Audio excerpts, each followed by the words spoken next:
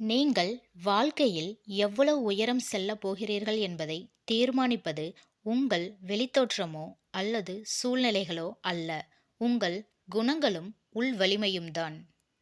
இந்த கதை ஒரு பலூன் விற்கும் வியாபாரியை பற்றிய ஒரு சின்ன கதை. ஒரு பலூன் வியாபாரி ஒரு திருவிழாவில் விதவிதமான வண்ண பலூன்களை விற்று கொண்டிருந்தார். சிகப்பு, மஞ்சள், நீலம், பச்சை என்று பலூன்கள் வானில் பறக்க தயாராக இருந்தன. வியாபாரம் மந்தமாக இருக்கும்போது, குழந்தைகள் பலூன்கள் மீது ஆர்வம் காட்டாமல் இருக்கும்போதும் அந்த வியாபாரிக்கு ஒரு தந்திரம் தெரியும். அவர் ஒரு பலூனை விடுவார். அந்த பலூன் வானில் உயர்ந்து பறப்பதை பார்க்கும் குழந்தைகள் உற்சாகமடைந்து உடனே தங்கள் பெற்றோரிடம் பலூன் வாங்க அடம் பிடிப்பார்கள். அதனால் அவரது வியாபாரம் மீண்டும் சூடுபிடிக்கும்.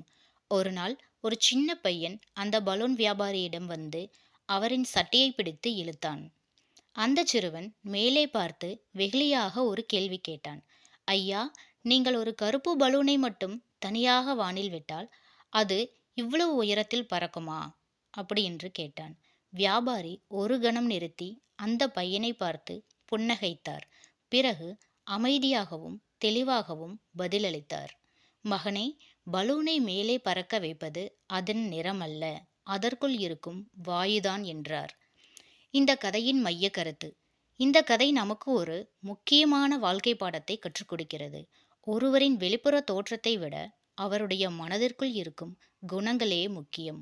பலூனின் நிறம் என்பது ஒருவரின் வெளிப்புற தோற்றம், அவருடைய பின்னணி, நிறம் அல்லது பணக்காரரா ஏழையா என்பது போன்ற விஷயங்களை குறிக்கும்.